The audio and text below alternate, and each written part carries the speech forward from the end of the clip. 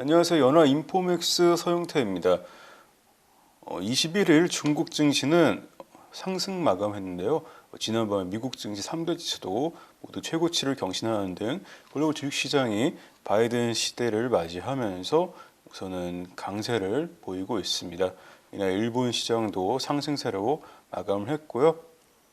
현재 상하이 종합지수는 1.07%, 그리고 선전 성분 지수는 2% 가까이 오른 채 마감했습니다. 바이든 대통령이 어제 밤에 미국에서는 바이든 대통령이 지난 밤에 취임식을 가졌고 정식적으로 바이든 행정부가 출범했습니다. 관련해서 바이든 행정부가 앞으로 펼칠 대중 정책, 그러니까 중국에 대한 정책이 투자자에게 어떤 함의를 가지고 있는지 한번 전문가들의 의견을 또 매체의 의견을 또 들어보려고 가지러 와봤는데요. 투자 전문지 베런스는 바이든의 대중정책이 트럼프 행정부의 대중정책과 다를 것이다. 그러면서 그것이 투자자에게 어떤 의미가 있는지에 대한 기사를 보도했습니다. 베런스에 따르면 투자자들은 바이든 행정부도 중국의 강경한 입장을 이어갈 것으로 예상하고 있는데요. 실제로 제넷 옐런 재무부 장관 내정자는 상원 인준 청문회에서 중국은 가장 중요한 전략적인 경쟁자라고 표현하기도 했습니다.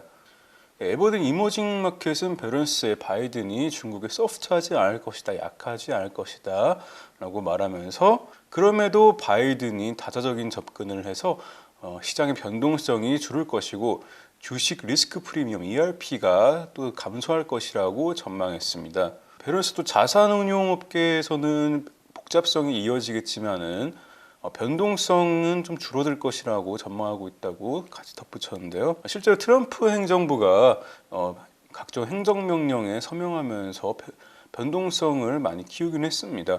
예를 들면은 중국군 관련 기업의 미국인 투자를 금지하는 행정명령에 서명하면서 중국 3대 통신사가 뉴욕 증권거래소에서 상장 폐지가 되기도 했고요. 그런데 좀 재밌는 거는 이 3대 통신사가 바이든 행정부가 출범을 하자마자 이 상패를 좀 취소해달라고 또 제안을 했다고 합니다.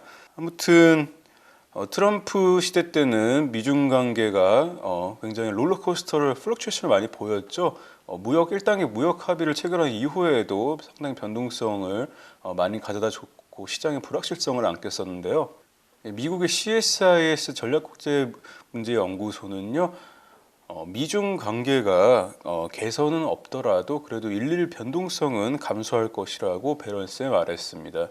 바이든 행정부가 중국에 대한 강경한 입장을 유지를 하긴 할 거라는 것은 전문가들 중론으로 보입니다. CNBC도 한 싱가포르 외교 전문가를 인용해서 바이든 행정부가 중국에 대한 강경한 맞서는 정책 기조를 이어갈 것이라고 보도를 했는데요. 매우 강한 수사로 중국을 압박할 것이라고 했고요. 그리고 또 중국에 맞서는 것은 초당적인 합의가 있는 일이라고 말했습니다. 미중 관계는 도널드 트럼프 행정부 때 트럼프 행정부가 무역 전쟁을 시작하는 등 해서 이미 많이 나빠졌는데요. 트럼프 행정부는 때로는 이제 주요 동맹국들, 다른 국가들을 동원해서 중국을 압박하기도 했습니다. 그러나 중국이 아시아 국가들의 행사하는 정치적, 경제적 영향력은 여전히 막강한데요. CNBC와 인터뷰한 키쇼 마부다니 싱가포르 국립대학교의 연구원은 바이든 행정부가 대중정책을 실행하기 전에 아시아 국가들의 의견을 들을지가 중요하다고 말했습니다.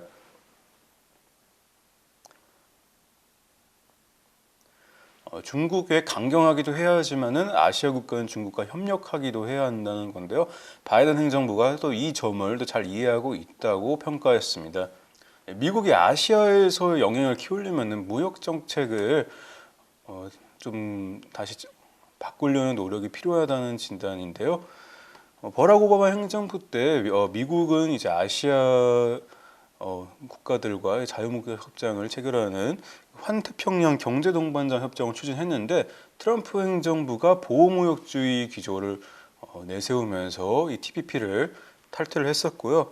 반면 중국은 지난해 그 사이 아시아 14개국, 한국을 포함한 14개국을 주도를 하면서 영내 포괄적 경제동반자 협정 RCEP을 체결을 했었죠. 마우다의 연구는 미국이 TPP를 통해 아시아에서 존재감을 굳힐 수 있다면서도 자유무역 협정을 반대하는 국내 여론 때문에 TPP 업그레이드 버전이죠. 포괄적 점진적 환태평양 경제동반자 협정 CPTPP를 다시 가입하기가 더 어려워졌다고 말했는데요. 그래도 이어 미국이 아시아에서 실질적인 중심 역할을 하려면은 다시 돌아올 방법과 수단을 찾아야 한다고 말했습니다. 이어서 중국 기업은 아니지만요, 테슬라 관련 소식이 중국 현지에서 하나 나와서 전해드리고자 하는데, 아무래도 뭐 중국의 테슬라 경쟁사인 니오라든지 샤오퐁에 투자하신 분들도 있기 때문에요. 테슬라 모델 3가 중국 상하이 한 지하 주차장에서 폭발했다는 뉴스입니다. 지금 제가 중국 인터넷 매체에서 수집한 영상과 사진을 보여드리고 있는데요. 연기가 나는 게 보이고요. 이곳이 그 사고가 난 주차장이고, 테슬라 모델 3가 하얗게 전소된 모습입니다. 재밌는 거는 주변에 눈은 녹지가 않았네요. 중국 경제망에 따르면 상하이시 한 아파트 단지 주차장에서 테슬라 모델 3가 불이 붙은 뒤 폭발을 했는데요.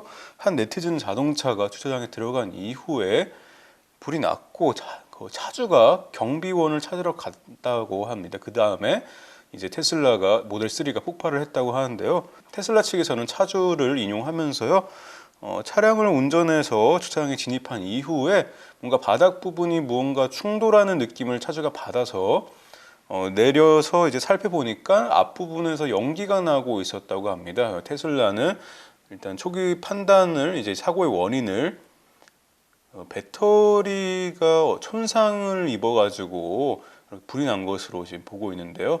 테슬라는 세계 최대 전기차 시장인 중국을 적극적으로 공략을 하고 있고요. 지난해 중국에서 가장 많이 팔린 전기차 차종이 테슬라 모델 3라고 합니다. 테슬라 차량이 폭발한 거는 사실 처음은 아닌데요. 2019년에도 상하이에서 폭발 사고가 있던 전례가 있고요.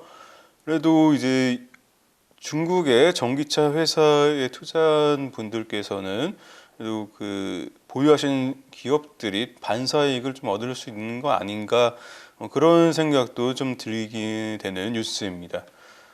21일 상하이 이코노미가 준비한 내용은 여기까지이고요. 내일 다시 찾아뵙도록 하겠습니다.